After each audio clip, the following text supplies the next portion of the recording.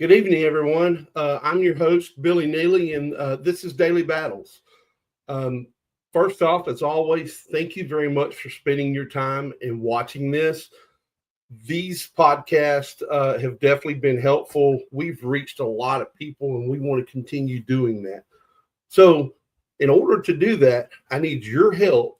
And please share this, let everybody know about this, especially the veterans, first responders, and anybody that's dealing with PTSD. So, if you're new to Daily Battles is going to be the untold stories of warriors overcoming PTSD. This is a podcast dedicated to exploring the lives and journeys of those who have faced the silent battle of PTSD.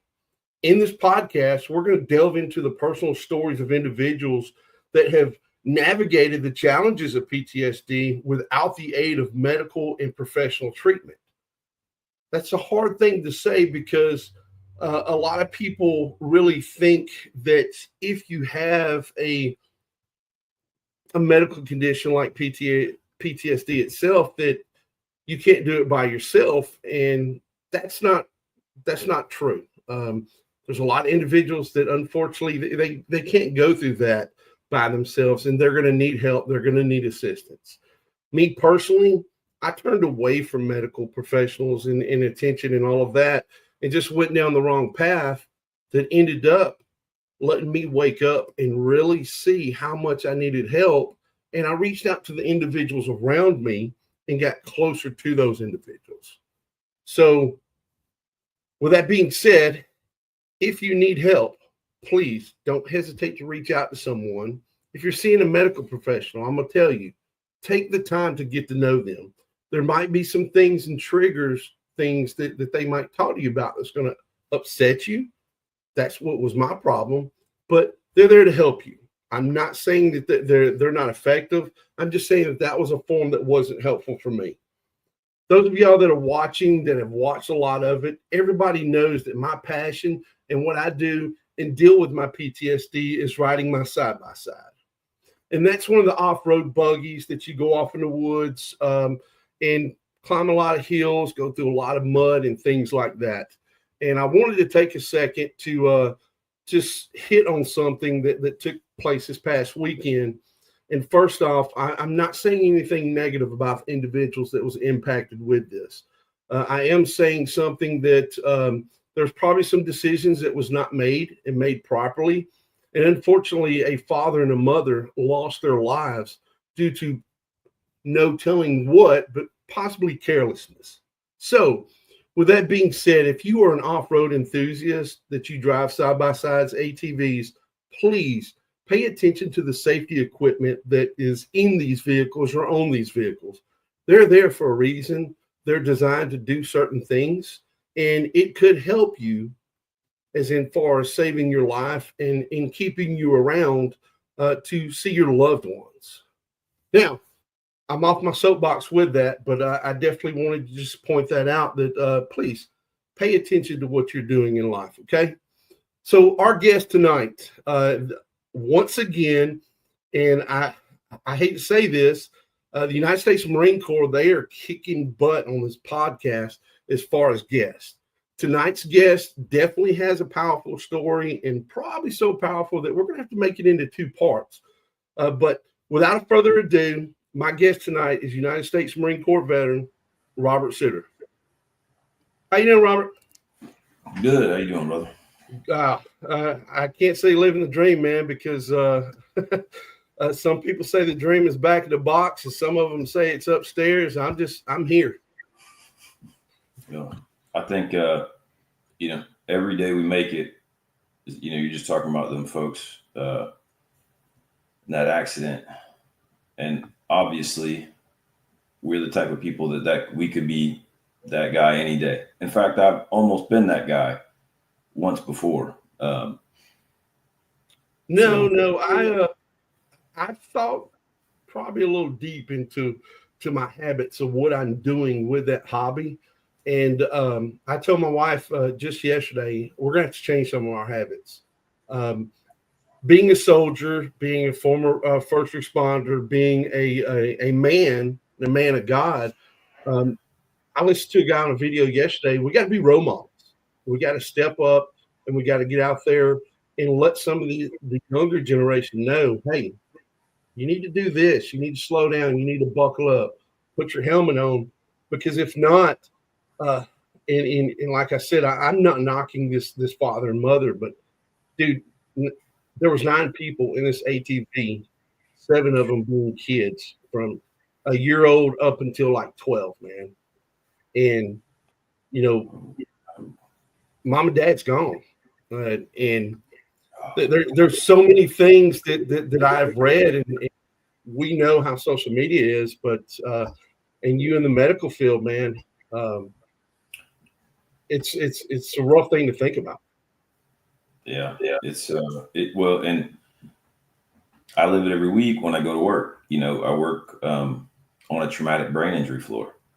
Yeah. And so these kind of incidents, it's what I see constantly. Obviously they make it to my floor, they made it. So, but you know, one of the other things, as you're talking about that, being a good role model, being a good example, and this is just chit chat. It's not necessarily about what we're here to talk about, but I came across kind of an epiphany this weekend as I was talking to my nephew, and I'm talking trash to him. I realized, I'm like, oh man, I'm your uncle. I'm like the old guy that you look up to. I might need to change the way I address the things that I want you to do in life. You know what I mean? We're talking about working on cars, like, you know, he's fixing his family's. It's my nephew, but he's a grown man. Yeah. And I'm talking to him about how, you know, need to work on this car, need to do that, need to blah, blah, blah. And I started thinking to myself, man, I sounded an awful lot like somebody I didn't want to hear nothing from. Maybe I need to change my approach to get it across better. And I think that actually, I kind of can tie that into this topic, because, you know, one of the things you're talking about is how the medical staff or the mental health staff didn't come to you correctly, right? They came to you in a way that pushed you off. And on top of that, you know, we've got a big issue with trust. Oh, in big the time. medical, the people who are especially treating veterans. There's a lot of trust issues, and rightfully so. We've been, in my opinion, abandoned and ignored, pushed aside. You know, however you want to say it. I've got a lot of issues there. But I think one of the things, like kind of like what you're talking about, is finding the right people and the people you can trust. And so I'm always, I always say the folks at Shepherd, so the Shepherd Center is the hospital that I work for. It's also the hospital that treated me for traumatic brain injury.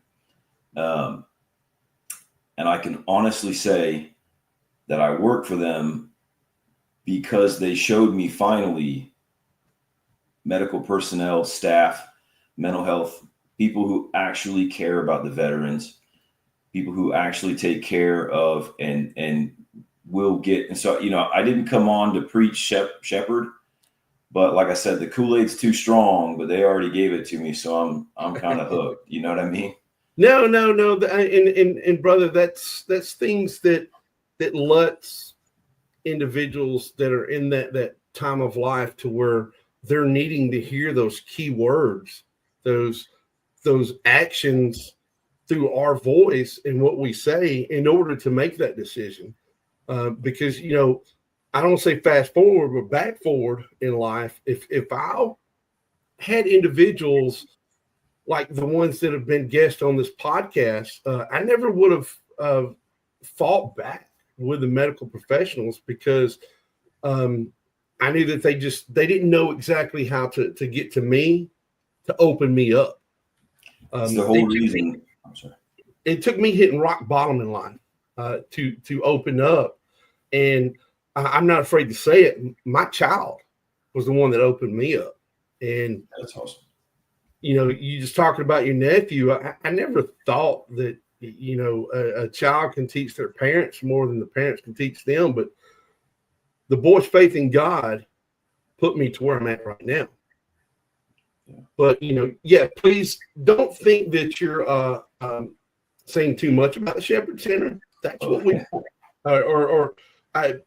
that's your passion, brother. That's what everybody needs. And I fought the fight, and you're freezing up some, so I'm kind of missing. I don't want to cut you off, but yeah, that's I hit rock bottom, and I tried the VA, and they gave me plenty of drugs. They hooked it up. Yeah, go night. Shh. But yeah, when I hit my rock bottom, I always say it's one of the things I do in my little speeches when I speak for the Shepherd's Men. So I guess actually I would like to go ahead and just so that everyone understands what I'm talking about when I talk about the Shepherd's Men, when I talk about the Share Program, when I talk about the Shepherd Center. Dang, I almost sound like I'm like representing them here, but I'm not. I just want to get that.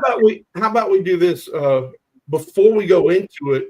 Let's let everybody watching know who you are, where you're from, and then what brought you into the military. 10-4. So Robert Suter, Bob is what I go by. I'm from Fayette County, Georgia, Peachtree City. And you said what got me into the Marine Corps? Yeah. What made you want to be a crayon man? In my family, there was never, so for my sisters, they had an option. They could go in the military or not. I did not have that option. I was told from a very young age, your service is not an option. The only option you have is which branch you choose to go into. Both my parents are Army. I chose Army. I signed up, and then I got in a little bit of trouble. And it turns out that the Army doesn't accept troublemakers quite the way that the Marine Corps does. Marine Corps was like, yeah, come on, let's go. So I went in the Marine Corps. I'll leave the other stuff there, but yeah, so I joined the Marine Corps. So I never, 100% honest, I never skipped a beat. My family has had someone, my dad actually had our lineage check all the way back to the Mayflower. We've had someone in like every heated conflict all the way back to the Mayflower. I said, yeah. So it never even occurred to me. My uncle who lived across the street from me died from Agent Orange. He was a sniper on the Ho Chi Minh Trail. My father died because of the oil fields in Kuwait. He died. Yep. Hopefully I don't die from something like that as early as they did, but we'll see. So yeah, everyone in my family is military. My sister and I are the first ever brother and sister to complete Marine Corps boot camp on the same track. So we didn't train together, but we touched down together and we graduated together. That's awesome. Yeah, she's a bad one. Yeah. So when you went in the Marine Corps, what was your job in the Marine Corps? Diesel mechanic for the first like 5 or 6 as a diesel mechanic. And then I became a PMI, so marksmanship instructor trainer. Sorry. Okay. I ran ranges. And then your duty stations, where all were you stationed at? Lejeune, Augusta, and Iraq. Okay. The same place. TQ, all Takhatum, Iraq. The same building for 2 out of 3 of them. Wow. Yeah. So that's probably a horrible time, but also a good time as well. Yeah, it's such a weird thing, right? You're over there, but life is so simple. Just live and work your ass off, right? Start to finish. We tend to work my first tour and my second tour, we tended to work, 12 to 16 hours, 7 days a week. There wasn't any, all you did was work. Sometimes we worked out. Right. That was about it. My third tour was a little more garrison, folks getting on to folks about uniforms, which was for me, an eye opener. Yeah, for sure. So your expectations as far as when you went into basic training and in the Marine Corps itself, was there a wake-up call as far as like, oh shit, what did I sign up for, or were you already prepared for that? No, my dad was more than a drill instructor for sure. In fact, that I don't misinterpret. It was hell. It was hell. But my dad ran a tighter ship. I know it sounds crazy to say, but my dad didn't have a dad. And so his only male influence was staff NCO and NCOs. Right. So, well, my son, when he joined the Army and we met up in basic training for the graduation, and I looked at him and said, son, how was it? And he turned, made sure nobody was looking. He said, Dad, you were harder than them. And I was like, well, is that a good thing or bad thing? He said, Dad, the Army these days, they're weak. Oh. And I was like, come on, tell me what you mean. He said, Dad, he said, the stories that you told me when you were a drill sergeant, when you were a senior NCO, he's like, it's not that way anymore. And I hate hearing that because, when you go in the military, a lot of your civilian privileges, thoughts, and things like that, it's got to be taken away from you. And to me, in my mindset, to be effective. Yeah. And to hear my son say that, it let me down, but it also made me feel good because he had a drill sergeant that was pushing and pushing for him to go infantry. Mm. And my son, he said, I can't go infantry. My dad won't let me. And the drill sergeant, he's like, well, I'm telling you, you'll be a fine soldier in the infantry world. He said, I understand that, but my dad won't let me. He said, you're grown, you're in the Army. He goes, no, you don't understand my dad. Yeah. So my son told me that story, and I got to run into this, drill sergeant, and he was just a buck sergeant, E5. Mm. And I gave him a little lesson. It's like, if a soldier tells you that their father is telling them what to do in their career field, listen to him. Yeah. And he's like, yeah. He said, I don't think you're right. And I very, very few times have I ever to look at my chest, look at my sleeve, and then look at yours. But I had to do that to him. It's like, that's why you got 2 rows of ribbons. That's why you have, no extra qualification badges, none of that. I said, because my son is going for something better than that. And I hope my son runs into him one day, because now my son is a captain running a counterintelligence unit for Special Forces. Oh, yeah. That's, yeah. Oh, yeah. So, well, and, the other side of that too is, at some point, I just told you about my family. At some point, maybe we stop carrying the whole load and somebody else gets to do that stuff as well. Right. Like, yeah. I'm at a place where I want, anyway.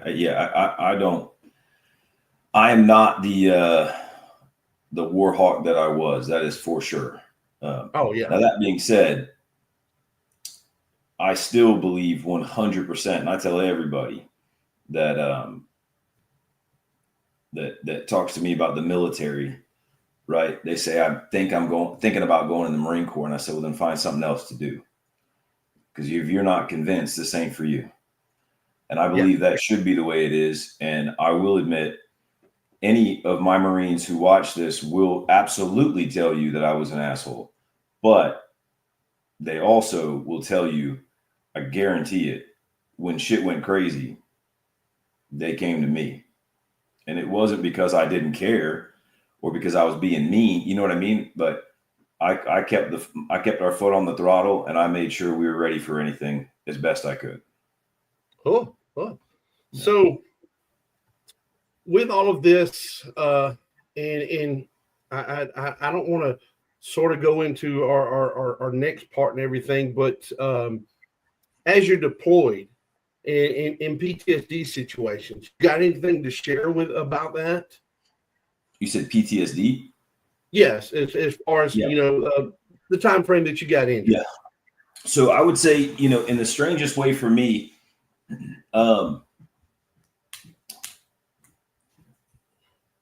bangs didn't affect me nearly as much as my second tour. I was as an E3, I was the staff NCOIC of a unit called the Mace, so the up armor for the 7 tons. So we have a vehicle called the MTVR. So it's basically a semi truck, but it's like a semi truck that looks like a pickup truck. Okay. And we did up armor in country for the first time ever in our nation's history. And so I actually ran one of the facilities where we up armored the 7 tons. And so that put me in a place where I had to hear about, look into, and sometimes touch, these vehicles that were blown up, right? So for me, I got to say that getting shot at, getting blown up, of course they affect you. I'm not I'm not heartless or whatever in that sense. I'm not RoboCop, but seeing what happened to other guys, seeing sometimes I wonder how much to go into, you know what I mean? But seeing the leftovers of guys that didn't make it, having to clean that, doing things like that. I got to admit, that's the stuff that lives in me. That's the thing I can't get rid of. Right. At times I call that the monster inside. I can't, that's the one that follows me. Yeah. No, and you know what? And that's actually a good point, because I saw a situation just like that at my second deployment, and that happened to be in Somalia when all the Rangers are bringing the Humvees back to the airfield to re-up, and as these Rangers are getting more gear out, the young privates are washing them down, and that was probably a wake up too. And in the back of my head, I was saying, "Oh shit, it's real." Yeah, yeah. And I knew, the other side of that is that, I felt a great obligation to make sure that these guys were safe, and we couldn't get the trucks out fast enough. The beautiful thing is our trucks were very successful. In fact, my entire time I was there was not one Marine killed inside one of our, what we call an armadillo, right? Which is the up armored 7 ton. Right. Technically that's with the troop carrier on the back, but an up armored 7 ton, we only had one casualty, but he was not a death. He lost his legs. And, I won't, but I can, some of that stuff's classified anyways, but I can literally, I can't remember what I did yesterday, but I can remember the words on that page. I can remember every single thing that I had to read. There's still a superior who I would like to express my discontent for that kid. Now, look, people mess up, right? But anyhow, so for me, it's this weird thing of responsibility where, my nightmares it's not me dying usually. Right. I almost kind of, that might seems maybe it seems easier because it's not my problem, but for me, it's, the people around me. And then when I came home, this weird thing started happening where the people who I care about here in the States would be in the situations that I saw over there. And it wrecked me. And I went through multiple stages where, alcoholism was a real problem. There have been stages, only prescription, but look, man, just because somebody said I could have it doesn't mean it's not a problem. You know what I mean? No, I do, but it's hard to put in words because I was the same way. Yeah. Self-medication was more than just picking up, a few things like this. It happened to be involved a few of those and maybe a bunch of liquor. Yeah. Yeah, absolutely. I remember, again, I do at times hesitate to talk about it, but I remember off of I want to say my second tour, I got really lucky that one of my best friends from high school, so I was in the reserves, and I joined as a reservist, and I got my orders to go over. My buddy was in college. He dropped out the next day, signed up and got guaranteed to my unit. Oh, wow. Went to boot camp like a week or two later. Turns out I didn't go on that tour, but he and I went on our first tour together. So one of my best friends, Patrick O'Neill, DJ knows him as well, which former guest of yours, DJ Clark, also knows my buddy Patrick. So I got to go. My first tour to war was with one of my best friends. For sure, my best friend. Yeah, definitely. I'm pretty sure mentally and being able to prepare for that, that was a relief. Dude, it was awesome. Yeah, it was. I'm not gonna lie. Like we got in some trouble for sure a bunch of times doing stupid shit. Yeah, dude. You ever redneck dump? Say again? You ever heard of redneck dump? I have not. Okay, so drop the tailgate, put it in reverse. Oh yeah. Hit the brakes and everything flies out, right? So yeah. So me and him get told they're coming to inspect. We're not allowed to have these burn pits. So we're going to, and by the way, instead of just saying, hey, we have burn pits, we messed up and poisoned all of our guys, negative. Go out there and dig up the holes. No exaggeration. Go dig up with a shovel the holes where we burned a bunch of shit we weren't supposed to burn. Take it out in the middle of the desert somewhere and dump it off, right? So, yeah. So we filled up the Humvee. Dude, we went out in the middle of nowhere and realized we forgot our shovels. So I said, let's just redneck dump it. But Sam doesn't redneck dump. Oh, so man.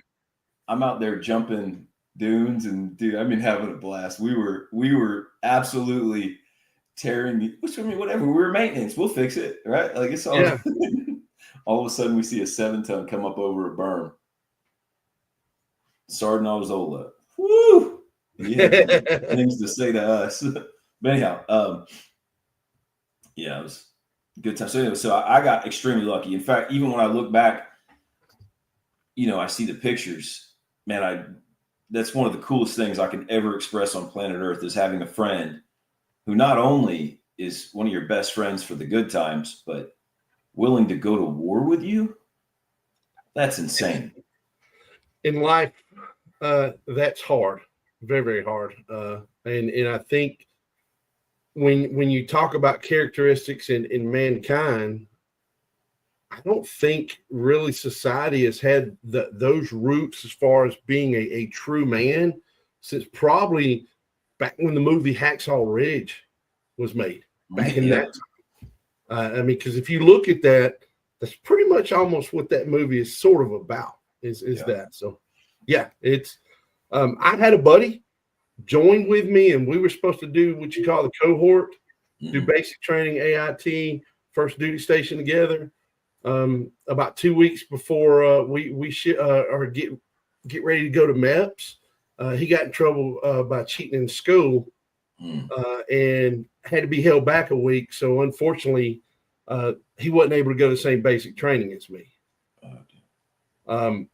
And I was looking forward to that because we had actually, we started planning stuff that we were going to do and do as buddies and just to not have that person in basic training. I'm 18 years old, dude, in snow that's knee deep in Missouri, and being from Alabama. Yeah. Not only was I scared, but I was freaking lost. Yeah. So I mean, yeah, having that privilege, dude, that's amazing. Yeah. Yeah, it was awesome. And you know, again, it was a lot of fun. Unfortunately, both of us came back pretty jacked up, and you know, now look, we're still best friends. Like, don't get me wrong, we're good, but boy, we had some problems. Oh yeah. I remember waking up. So we were talking about PTSD and you know, self medication. I woke up one morning. At this point, I was off my second tour, and I couldn't sleep without booze. And to be honest with you, if I wasn't working, I didn't wake up without booze either. And so I was going for an eval for PTSD that day. And by the time he got up, I was already probably a couple in. And he lost his shit on me. I mean, lost it. I guess I haven't asked if it's okay if I cuss. I apologize. We have zero filter other do I need to watch my mouth talk here? bad about God. Cool. Because the reason why I'm saying So- that is the people watching this, Yeah. they know the sincerity if there's no filter. Exactly. Yeah. Yeah. So yeah, he came down, you know, what the fuck are you doing, man? And I'm like, what? You're driving. He had to go to the same place as me. He didn't have to do the same thing as me. Did you know that here's what gets me. Did you know that if you volunteer to roll over, so I did my first two back to back, I rolled over, they automatically flag you as a potential risk to our nation. Really? Yes, sir. And you have to come back and do an evaluation where they assess you. And I scored pretty high. You Whatever. aced that one, huh? I did. I sure did, unfortunately. But yeah, so he's like, what are you doing, man? And that was the first wake up call for me. Because in my mind, I'm like, wait, I don't see what the problem is. You're driving. I'm trying to be calm for this thing. So what's the problem? Yeah. And he's like, dude, it's 6 a.m. How many of you had? I'm like, it's none of your business, buddy. But anyway, so, you know, and I'm not proud of that. I don't think it's cool. I don't even drink anymore. Maybe, you know, once every few months. But it was my coping mechanism for quite some time. Absolutely. I mean, and that was me, man. I drank at work. And, you know, I'm not proud to say this. And I'm pretty sure a lot of individuals I've told this to in the back of their mind called me a sorry piece of shit. But dude, when the funk hit me so bad, I was a police officer. And I was probably drunker than the person I had in the cage behind me going to jail for DUI. Oh, man. Yeah. Yeah, and you know, go ahead. Sorry. It's my mindset. That was the only thing I could do. Yeah. It was either that or become a statistic. And it was hard for me not to be the statistic because I promised my kids that I'd be around for them. Yeah. And that's, I don't have kids, but I was getting real close to being a statistic at one point also. And I got, you know, and actually this is one of the things I want to talk to you about is you do the buggies side by sides. Right. Or, I'm sorry, I'm starting to take over. No. This we need to hear this. We need to hear about you, man. So I started hunting. Now, actually, I take that back. First, when I came back home, I went straight to school. I wanted to be a doctor, and I'm actually in school right now for neuroscience, so I can go back for, I mean, I'm not sure if I'm going to do neurology or we'll see, but I'm also going back to school right now to be a doctor to help treat us. I want to be, because what you were talking about, they don't understand us. I love them, man. I love all the people that are trying to help us. I do. But if you don't have our affliction, you cannot understand what's going on here. And sometimes we just need somebody who knows, who understands. When you tell me that, of course, I'm not happy that you were drinking, but I'm not sitting here. I'm sitting here going, damn, I wish that somebody would have stopped for a second and helped you when you came home. Yeah. And actually did real care for us instead of just saying, go back to society. And by the way, now you're considered a threat to us. And then we're digging. And, you know, one of the craziest things I've ever, and I'm jumping around here a little bit, but I kind of want to stick on that path because, you know, I went from Marine, then I tried to go to school to be a doctor, didn't work out. So what I do immediately, I went and became a Muay Thai kickboxer, right? The natural progression. Yeah. So yeah, then a bouncer for years. I was a personal bodyguard, security with DJ. You know, then I became a hunting guide, and I will never forget. I have an ex-girlfriend who said to me, have you ever considered that you can, she said, you're a good guy. You don't have to hurt people to help. I'm like, what? What? That had not ever occurred to me. She's like, you don't have to hurt people to help. You can find a career and a life where you just help. I'm like, wait, no, my whole life, all I've been told I'm good for is carrying shit and hurting people. Yeah.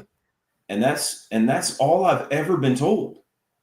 And so to hear that for the first time in my 30s, it was heartbreaking, man. And it changed my entire perspective. I have to, you know, I don't speak to her anymore, but I have to give her credit, all the credit in the world. Like, she changed my entire perspective of my life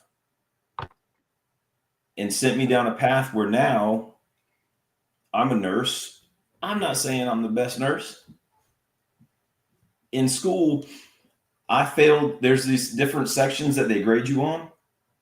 And so every section that you do, they have like, okay, how did you do on the chemistry part? How did you do on the drug part? How did you do on the anatomy part? How did you do on the therapeutic communication?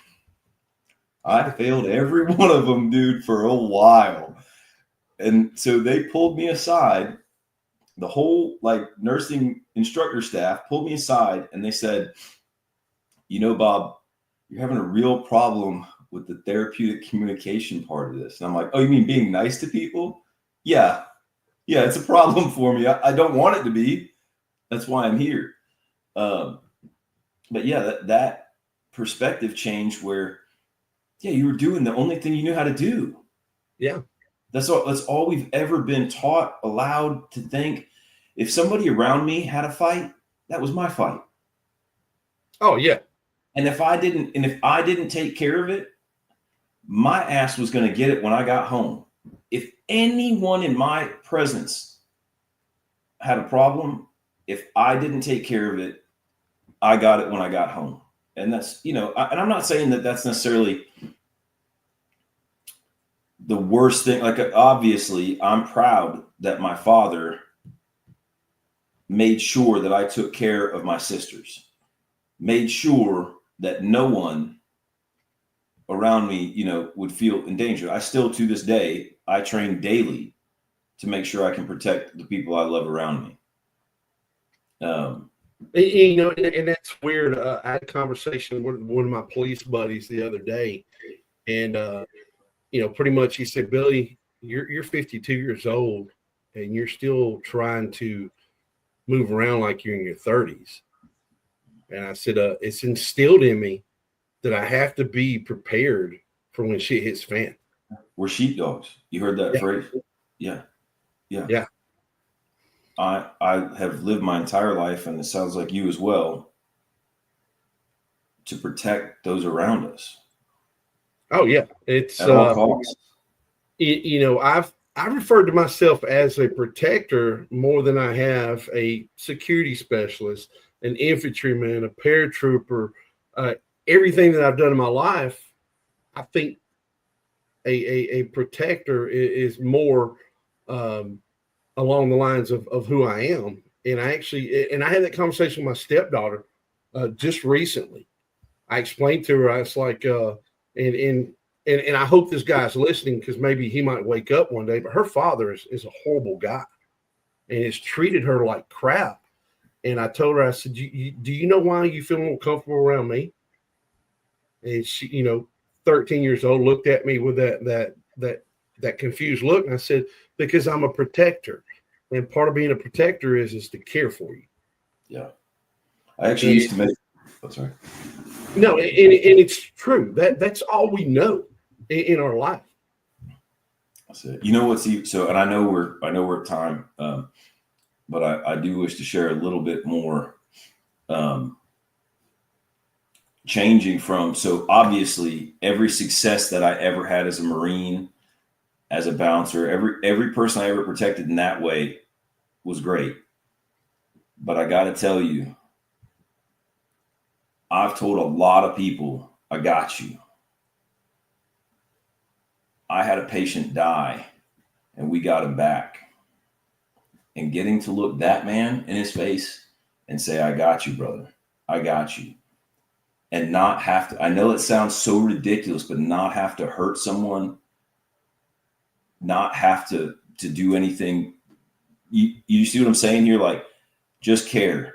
I'm just caring. It is one of the craziest things that I don't know how to express that correctly. We're so bad at that I don't even know how to express it correctly, that how cool it was, right? You know what I'm saying?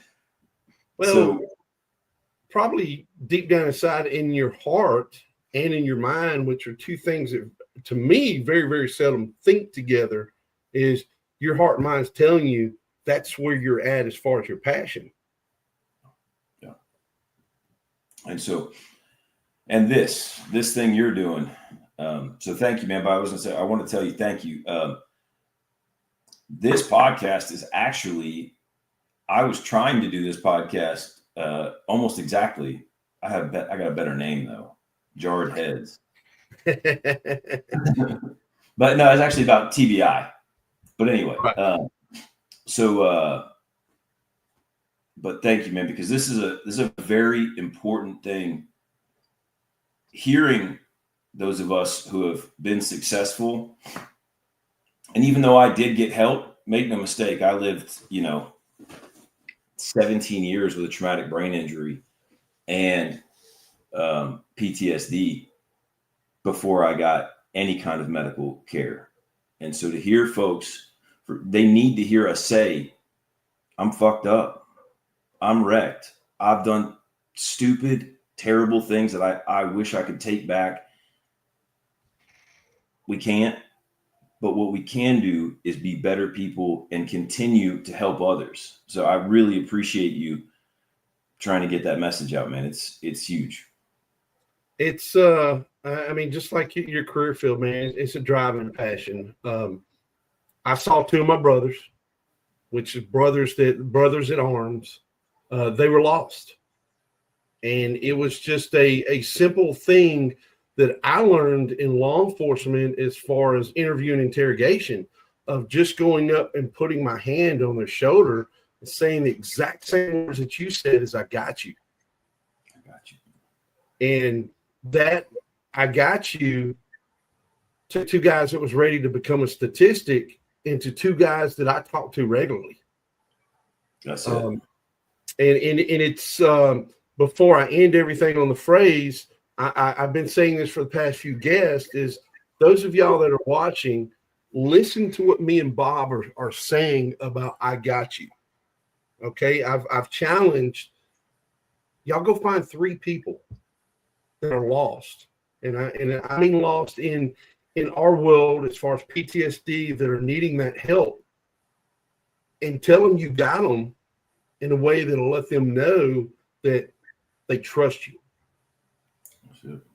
And Bob will second me on this. It'll bring a person around, and we won't become that statistic. I got buddies right now. It really, and myself included, sometimes it just is a phone call. Knowing that line's open. Yeah, man, if you call me, I'm going to pick up. If you need me, it might wreck me, but I'm going to be there. It's huge. I had a brother. I called him 2 weeks ago, and just something told me, said, "Hey, call him, talk to him," and he sneaked the podcast in there in the conversation. And then I told him, I said, "I'm gonna send you 2 podcasts. I want you to watch them." The first one was DJ. Mm-hmm. My buddy's a Marine. DJ's a Marine. Y'all got your ways that you talk. That's a fact. Him knowing me, it worked. Yeah. Last Friday night, about 10:30 at night, he called me. And I knew he was drinking. He just needed to talk. And I sat there for 45 minutes to talk to my brother. And boom, the next day, thanks, man, I needed that. Yeah. And in our conversation, half of it wasn't even about his problem. Yeah. We were talking what guys talk. But it helped him. So, bro, me and DJ do that. Yeah, I mean, we don't even sometimes me and DJ don't hang out for months, and then we just sit. And yes, we absolutely will have a drink, but we mostly eat. That dude can smoke some meat, and so we mostly eat. But we don't even realize till a day or two later, we go, God, needed that. Absolutely. Because again, and this is not against anybody else. It's not against anybody else, but no one can understand this affliction if you don't have it. And that sounds maybe like to push folks away, but it's not that. Well, Bob, brother, thank you so much for spending your time with me. I know that you got more and more that we need to talk about, and we're going to talk about. Yes. And I think you said it earlier on. What is it? Jarred Heads. Jarred Heads. Yeah. So I haven't even released them yet. Though. That's going to be the title of our next episode of Jarred Heads. Oh, I like that. Yeah. Yeah. Jarred Heads. Yeah. It's a pretty. I do like that title a lot. Right. It makes sense. Yeah. My head is jarred in a couple ways. Yeah. Yeah. So, again, thank you very much for your time, brother. As always, I tell guests, thank you for your service. Thank you for your sacrifice to the country. And most definitely those that have been around you every day during those time frames of being dark. If you're watching this, thank you for being there for Bob, because I've had the honor and privilege to be able to talk to him right here today. And we're offering words of advice to our brothers and sisters and total strangers to not be that statistic. Love it. And I'm gonna throw out a couple things I really want to get out. If you are, there's a place called, if you are thinking about this, having a hard time, if you can't figure out what's going on, there is something called the Share Military Initiative, SHARE, Military Initiative. If you call them, they are real. They actually care about veterans. It is zero charge to any veteran. Zero. If you are post 9/11, they will take you there. If you are not post 9/11, they will find you an avenue to get help. And it's not the VA. I'm not trying to attack the VA. It's not the VA. It's not any of these other things. These are legit 100% people who care for us and will find you help. Please reach out to them. Well, again, brother, thank you very much. And those of y'all watching, this is another episode of Daily Battles with Bob Suter.